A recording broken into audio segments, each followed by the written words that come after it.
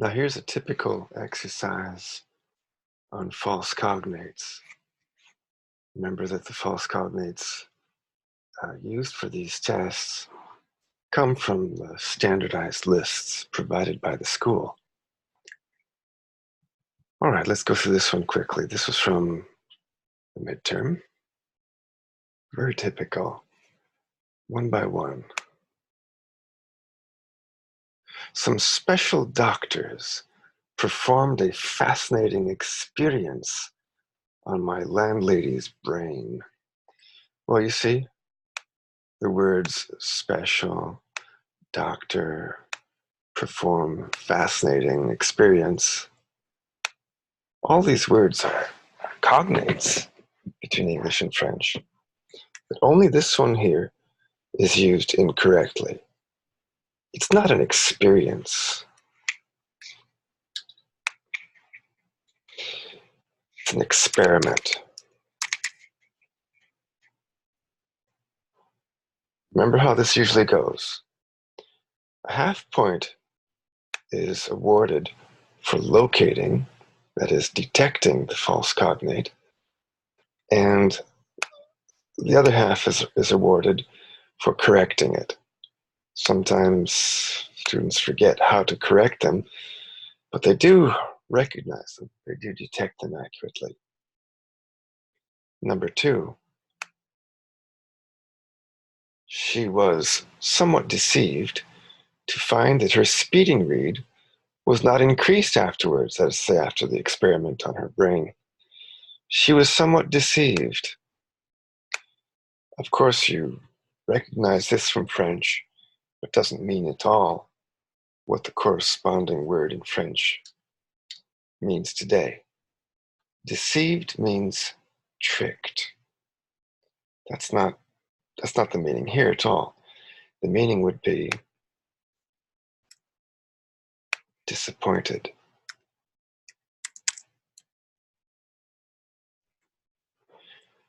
Or sad, or let down, or any other acceptable synonym.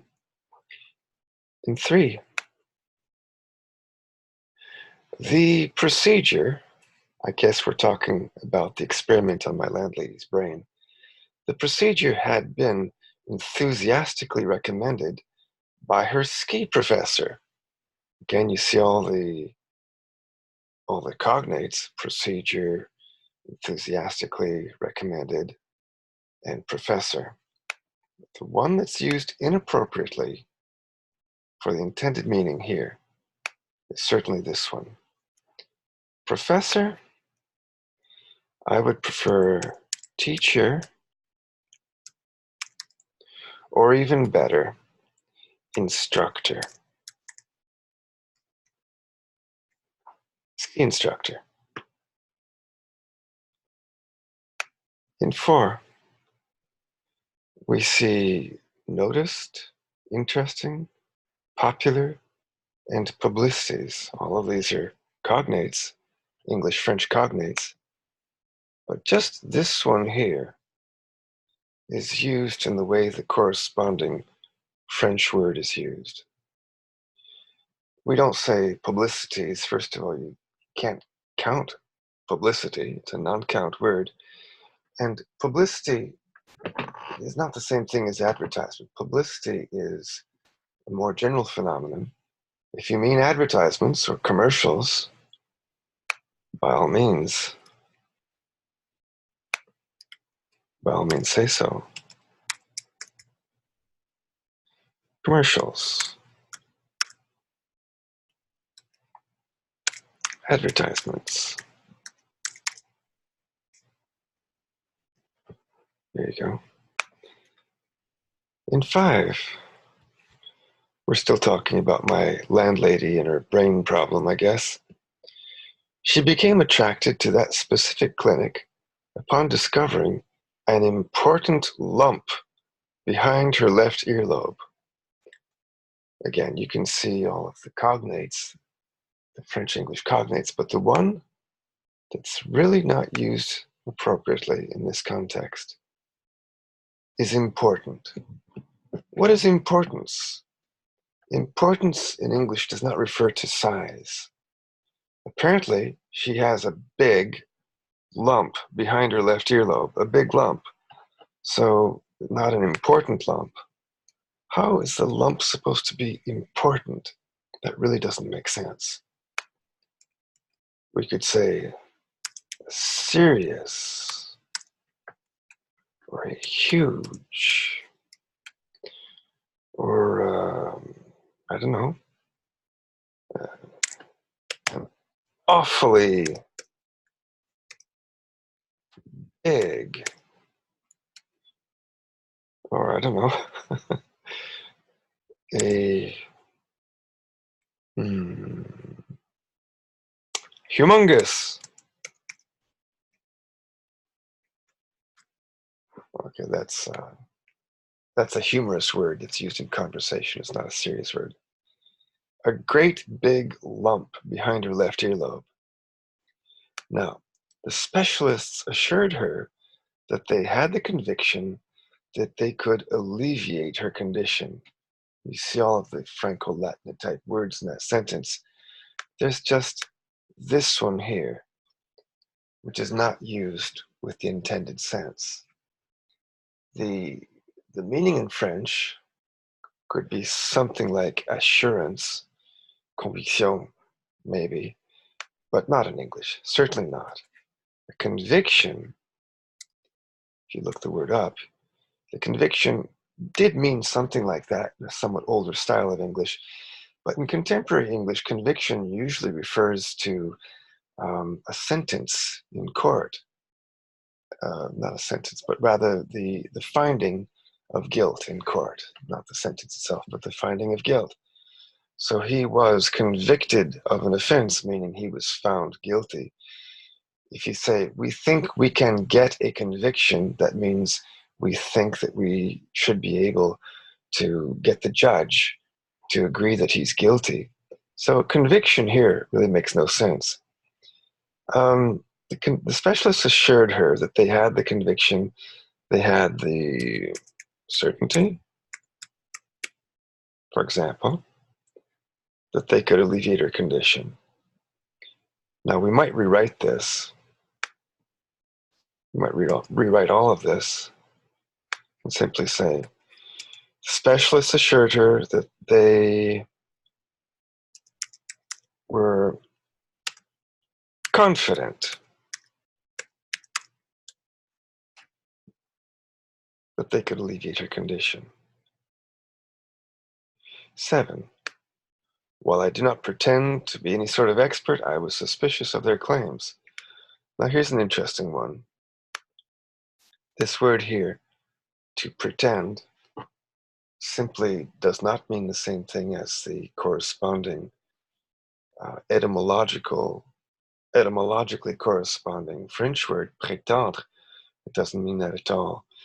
To prétendre means something like to claim.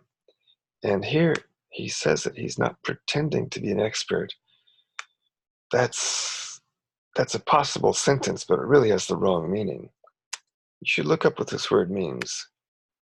To pretend to do something means to act as though you were doing it.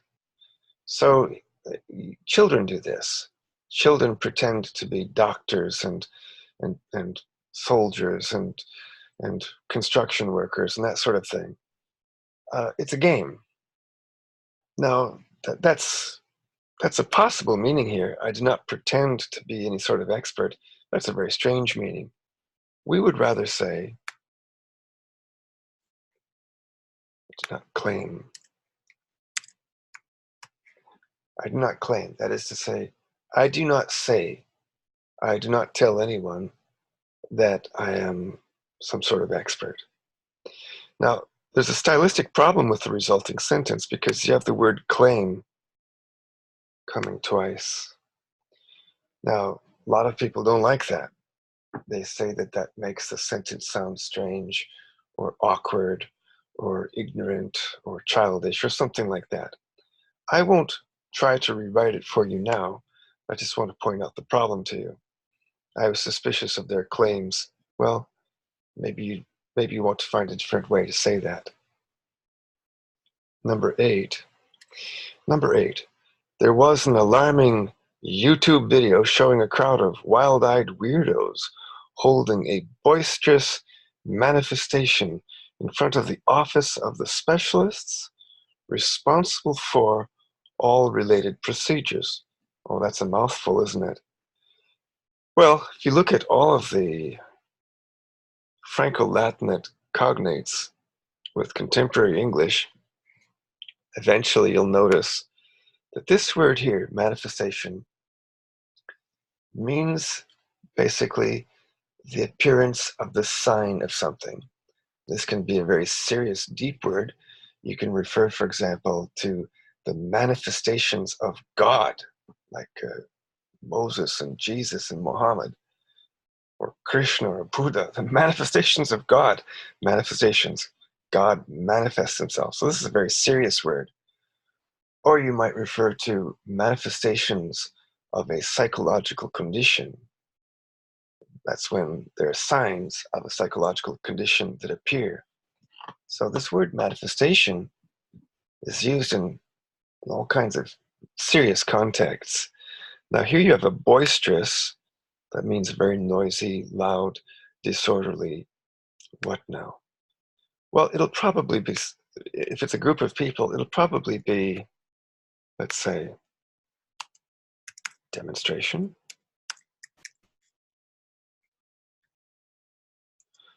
Depending on the context, it might be a riot, although boisterous and riot don't go perfectly well together. So I suggest you get the dictionary out. 9 and 10. 9. When she emerged from her office and attempted to consult frankly with them, that is to say, the wild-eyed weirdos, they proceeded to proffer profanities and injure her insolently. Well, all of these words here, so many of these words are of Franco-Latinate origin, but they're used quite correctly in this context, except for this one here. To injure does not mean the same thing as to insult. To injure means to cause a wound. Now, how do you wound somebody insolently? Insolence is usually the manifestations of an attitude of disrespect through words, sometimes gestures, but not through wounding. So this word here is really inappropriate. We can replace it advantageously with insult